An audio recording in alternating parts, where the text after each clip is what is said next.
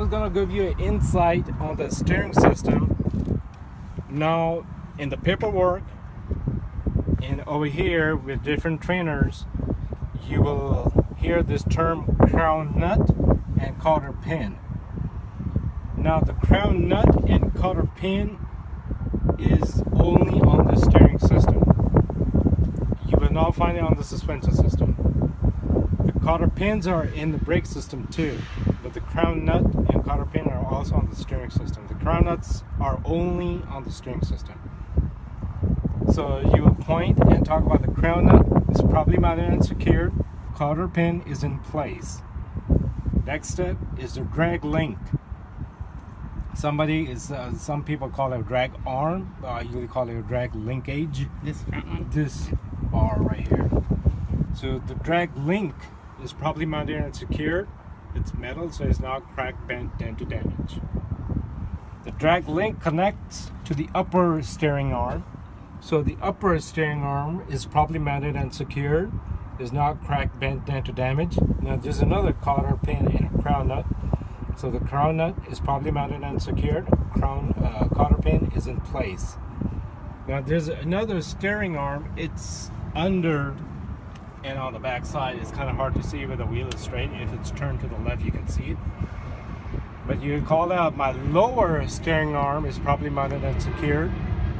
It's not cracked, bent, dented, damaged. The crown nut is properly mounted and secured, and the cotter pin is in place. The last item on the steering system is the tie rod that goes that way. You see that big old bar, round bar going that way? Way down. Yeah, way down. Yeah. Way down. It's going that way. That's a tie rod. It connects both tires together. So when you turn both tires, turn on left or right. If that thing breaks, it's, God forbid, if it ever breaks on anybody, that's a major accident. You have no steering control on the bus at all. So that one, the tie rod is properly mounted and secured. There's not crack, bent, dent, damage. That completes my change system. So you see, I went in a sequence and I did not jump around. Now the next part, I go into the suspension system. And the suspension, I talk with the frame, this big old rectangle thing. Mm-hmm. Now the frame, I'll give you a fact on the frame. If frame starts from the front, like all the way from here, it goes all the way to the back of the bus. And there's one on the other side, same thing. Go all the way back to the bus. Everything on the bus and engine, front to rear, is bolted to the frame. So you can understand it's like the spine of the bus. Everything is connected to it. So, and it's a very important part, vital part of the bus. So on the frame, it's properly mounted and secured. We just use this term in general. Actually, as I mentioned earlier, everything is connected to the frame, so we cannot really say the frame is properly mounted and secure because everything is properly mounted PMS to the frame itself. Mm-hmm. But in general, right over here, now it's being on everybody's tongue, they just call it the frame. And that's still the frame? Yes. Yes. Okay. Yes, it goes all the way to the back. Okay. Yes. So it's properly mounted and secure. Again, it's metal, so it's not cracked, bent, dented, damaged. Two more things you want to add to the frame. No illegal welding, because if there's it's welded, but I cannot get my welding plan and weld on it. That would be illegal, because what it's going to do is going to be weakening the frame if I weld on it. So no illegal welds and no holes other than from the manufacturer. I cannot grab my drill and drill a hole in it too, because it's also going to weaken it. But you will see some holes in there.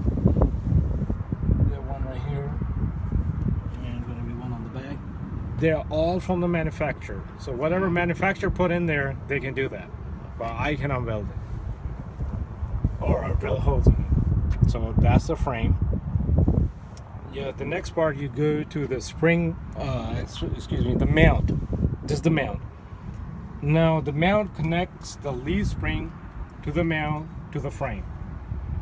Because you need some suspension. And if you don't have that, you'll be like riding on rough road. So the mount is properly mounted and secured, not cracked, bent, dent, or damaged. Now inside the mount, You see that bolt? It's kind of Yeah. hard to see. It goes through a bushing. So you need to call the bushing, and the bushing, we say the bushing is properly mounted and secured, and then it's not damaged. That's it. Then we go to the next step is 2 leaf springs. They sit on top of each other. Okay. So the leaf springs properly mounted and secured. They're not cracked, bent, dent, or damaged, and they're not shifted. Because if they're shifted, they're not working properly. And what's avoid the shifting is those 2 U-bolts. I'm just going to talk about it. Yeah. U-bolts are properly mounted and secured. They're not cracked, bent, dent, or damaged. And there's another mount in the back. It's kind of hard to see, but if you already talk about that mount, you're good. Because there's another mount in the back, and there's a bushing in the back too. Because it kind of suspend from the frame. It's kind of hanging down. The last part is the shock absorber, properly mounted and secure. It's not cracked, bent, dent, or damaged. And on the shock absorber, you see all this moisture on it. It has oil in it, which makes the shock absorber work. If there's no oil in it, the shock absorber will not work. So we add one more thing, it's not leaking. On this one, it's leaking. It's not. On this one, it's leaking, but on mine, it's not leaking. So shock absorber properly mounted and secured, not cracked, bent, dent, or damaged, and no leaks Okay. on the shock absorber. After that, I'm done with my suspension system. That's a complete suspension system on this side. I'll go to the brake system. The brake system starts with this brake line, and now it goes with many names: brake line, air line. Some call it ABS line, some call it noise suppression line, and all that. I just keep it simple. I just call it a brake line or air line because it got air going through it. So the air line or the brake line is properly mounted and secure. It's rubbery, so it's not worn, torn, cut, or frayed, and no leaks. Got air going It's through air. it. Okay. Yes. This part is a brake chamber. The other name is an air chamber. You can call it a brake chamber or air chamber. I usually call it a brake chamber. Brake chamber, properly mounted and secured. It's not cracked, bent, dent, or damaged, and no leaks. Because the air line goes into the brake chamber, so it's taking air into the brake chamber, so it cannot leak. If it leaks, they got no brakes. Okay. That's done. Then we go to the push rod slack adjuster. There are 2 items, 2 different names, but we call them both together. Push rod is this thing that comes out the brake chamber. The slack adjuster is down here. It's kind of, you know how the brakes wear out by time? So it's an automatic slack adjuster. It takes out the slack. So the brakes, I mean, if they like they're wearing down, the slack adjuster will take that slack and it automatically adjusts it. So I mean, before this, there was like manual adjustment. You have to take your wrenches down and adjust it like every couple of thousand miles. Do cars have that same thing? No, the cars do not have the slack adjuster because their brake system run on fluid, which is a hydraulic fluid. That's right. And on this, This is it's air. all air. Okay. And on the push rod slack adjuster, properly mounted and secured. It's metal, so it's not cracked, bent, dent, or damaged. And there's this pin. It kind of looks funny. It does not look like a cotter pin, but we just call it a pin, or you can call it a cotter pin. This pin right here, like a paper clip thing. Like this part, this pin Yeah. right here. You can call it a pin or a cotter pin. I usually just tell them just call it a cotter pin because you don't want to confuse yourself. Because you already have cotter pins, so Yeah. just call it a cotter pin. Cotter pin is in place. And there's a specification on a push rod slack adjuster. It should not have more than 1 inch of a free play. If it's more than 1 inch, then there's something wrong. Like your lining is all worn out. It's time to replace your pads. Okay. So it should not have more than 1 inch of free play. You don't have to tell how you're going to check it, how you're going to test it, and all that. Just call it the specification. It should not have more than 1 inch of free play. After that, you go to the brake drum. It's kind of hard to see because the wheel is straight. If you kind of look inside, you can see it. If you kind of lean over the tire, it's the very outer shell. Let me try to touch it. It's the rim end. This is the brake drum. Okay. See it? The round. Yep, the round thing. The brake drum. Okay. Yes. Now on the brake drum, Because it looks like a drum. yes. It's just a round thing. Actually, you can see it on the outside. This is the brake drum right here. It's like a hole. It's like a, you can call it like a pot, like a big old pot, just sitting in there like sideways. So that's the brake drum, and it's properly mounted and secured. It's not cracked, bent, into damage. And on the brake drum, you need to add, it does not have oil or grease in there. It does not contain any kind of fluids. Why we say oil and grease? Because this slack adjuster push rod needs lubrication. The suspension part needs lubrication. Sometimes the oil or grease kind of spill inside the brake drum. You don't want any oil or grease. The reason is because the brake lining pushes against the drum to stop the bus. Now you understand that if there's like oil or grease, it's gonna slip. Yeah. And it's not gonna stop.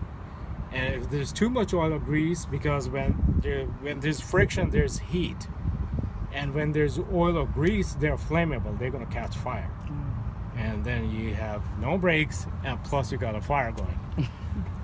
So no oil or grease inside the brake drum. Now there's one more thing on the brake drum is the brake lining is kind of hard to see. It's the brake drum. You see. The inside or the outside? Yes, it's on the inside the Yeah. brake drum. Okay. It's the brake lining. Yeah, I see it. Now the brake lining is the part that pushes on the brake drum to stop the bus. Okay. And the brake lining wears out. Same as on cars. Right. So the brake lining, people call it brake pad. I don't like that term. Reason is, brake pad is specifically for disc brakes. We call it brake pads. On brake drums, we call it a brake lining. And all the buses, on all four wheels, they have drum brakes. So I call it brake lining. You will hear some students and trainers call it brake pads. It's okay. I try to correct them. They don't want to correct themselves. It's okay. It's up to them. But the correct term is brake lining. Brake lining is properly mounted and secured. And the specifications on it, it is not less than 1/4 inch. That's the specifications. But in the CDL handbook, it says it is not dangerously thin. So at DPS, they are trying to look for that word, dangerously thin. But if you want to say it's not less than 1/4 inch, they should pass you. They should not mark you off on that, because that's the correct specifications for the brake lining. After the brake lining, that completes my whole brake system. And done with that, now I'll start with my tire. Now the tire, It's a virgin tire. yes, I really don't like that term. I don't feel comfortable using that term. And I just say it's new tire or unused tire, because on buses you can put used tires, not on the front, Yeah. on the back. On the front, it's a new tire or brand new tire. It's not really specifically a brand new tire, as you can see. It's been on there for a while. So it's a brand new tire. The tread depth should not be less than 432. 430 seconds. 430 seconds. 430 seconds, and you understand the 430 seconds. It's 430 seconds off an inch. Okay. So it should not be less than 430 seconds off an inch. It's this indicator, actually it's right at 430 seconds. And when this tire gets to this, it's about to change that tire. So that's the indication. It's not on the test.